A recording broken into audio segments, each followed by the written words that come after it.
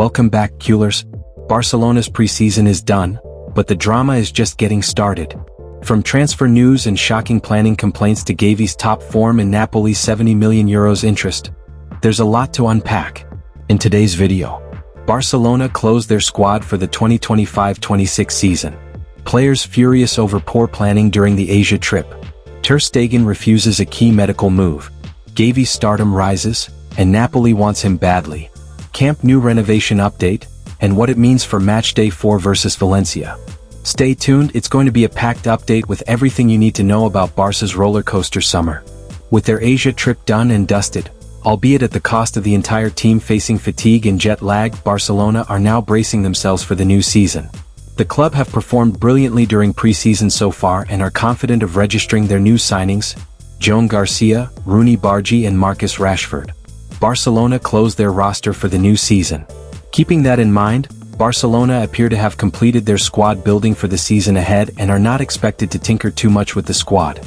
This is according to AS, which suggests that Barcelona have finalized the squad for the 2025-26 campaign. The club believe they have adequate depth in the team, with every position being covered by at least 2 players and in some instances even 3. So, even though there were some suggestions of another new addition, none will be made. Barcelona, though, would ideally like to cut down on surpluses, which is why players such as Andreas Christensen and Marc Casado have been linked with a move away from the club. That said, the Catalans have not officially put anyone up for sale, though they are open to listening to offers if an attractive proposal comes along. The case of Casado is very interesting, as the young midfielder may no longer enjoy the same prominence in the Barcelona team last season. This is due to 2 key factors: the return of Marc Bernal, who is regarded as the more favorable option despite his lack of experience, and Gavi's return to form. Gavi has been one of the standout stars for Barcelona during preseason, and his impressive form could even see him push Frenkie de Jong for a regular starting spot this coming season. While that's great news for the team, it also leaves Marc Casado's future uncertain, especially with growing competition in midfield. Outside of that situation though, Barcelona appear to be done with their transfer business. The squad is essentially locked in for the 2025-26 campaign, and no major signings or exits are expected anymore. However, despite ending their preseason tour of Asia on a high with a dominant 5-0 win over Tegu FC, things weren't so smooth behind the scenes. The long journey back to Catalonia, nearly 17 hours, has left the squad physically drained and jet-lagged. According to AS, some Barca players were unhappy with how the return trip was handled. After the final game, the team had to sit through a tiring 4-hour bus ride to Seoul Airport, straight after playing in tough weather conditions. Many players were frustrated and some even voiced their concerns directly to coach Hansi Flick. After the long bus ride, some players were already tired, especially having played under the challenging and wet conditions of the pitch at Tegu Stadium. What followed though was a 13-hour-long chartered flight to Barcelona, which was boarded at around 4 a.m. in the morning. The team landed at El Prat Airport at 10 a.m. local time, as Spain and South Korea are 7 hours apart in time zone. This 17-hour expedition had already taken a huge toll on Barcelona players, who were treated to another surprise when it was reported that club captain Marc-Andre Ter Stegen refused to sign and give Barcelona access to his medical report. In addition to the Ter Stegen news and the obvious fatigue, several Barcelona players are also dealing with jet lag, having covered massive distances in a short span of time. The effects of jet lag can be adverse and may even last up to weeks, depending on certain individuals.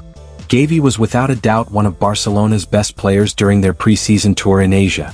The young midfielder not only impressed with his consistency but also finished as the team's top scorer. His performances haven't gone unnoticed, and now Italian giants Napoli are reportedly eyeing him as a key signing to strengthen their midfield ahead of the new season, according to Fishsages. Conte sees Barcelona golden boy Gavi as the perfect partner for De Bruyne. Antonio Conte is reportedly eager to build a competitive side around their high-profile summer arrival, Kevin De Bruyne. The Italian tactician believes Gavi would be the ideal complement to the Belgian in the center of the field, and has made his interest clear to the club's board. So much so that Napoli are now seriously evaluating a proposal to tempt Barcelona. The report claims the Serie A side is willing to offer close to €70 million for the Spanish international. However, regardless of Napoli's intent or the magnitude of the offer, Barcelona are unlikely to entertain any discussions.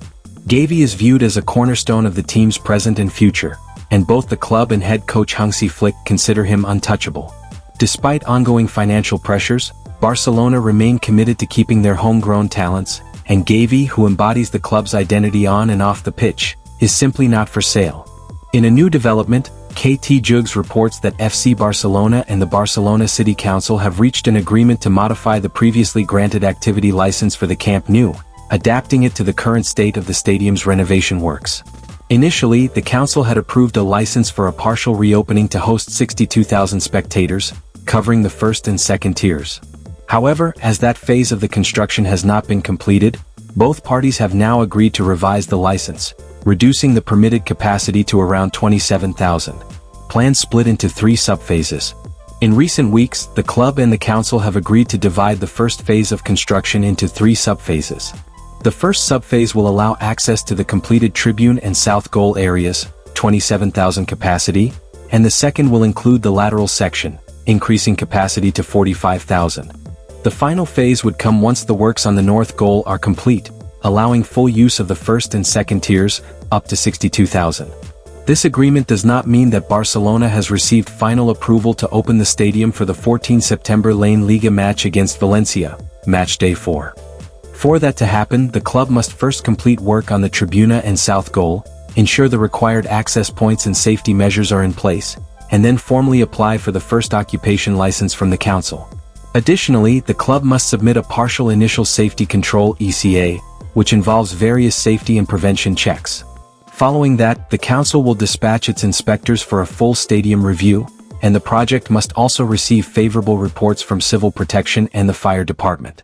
Only after these steps are completed will the official license be granted. The process is neither quick nor simple, though the club is now more optimistic than it was in the lead-up to the Gamper Trophy match, where the idea of a partial opening was already under discussion. That's all for today's update, Culers. Barcelona are gearing up for a massive season, but as we've seen, there's never a quiet moment at Camp Nou. With Gavi shining, the squad finalized, and the Camp Nou works underway, the 2025-26 season is going to be full of twists. What do you think? Should Barça accept a €70 million offer for Gavi? Is Ter Stegen right to block the medical report? Drop your thoughts in the comments, smash that like button if you're excited for the new season, and don't forget to subscribe so you don't miss any Barça updates. Visca el Barça, and see you in the next one.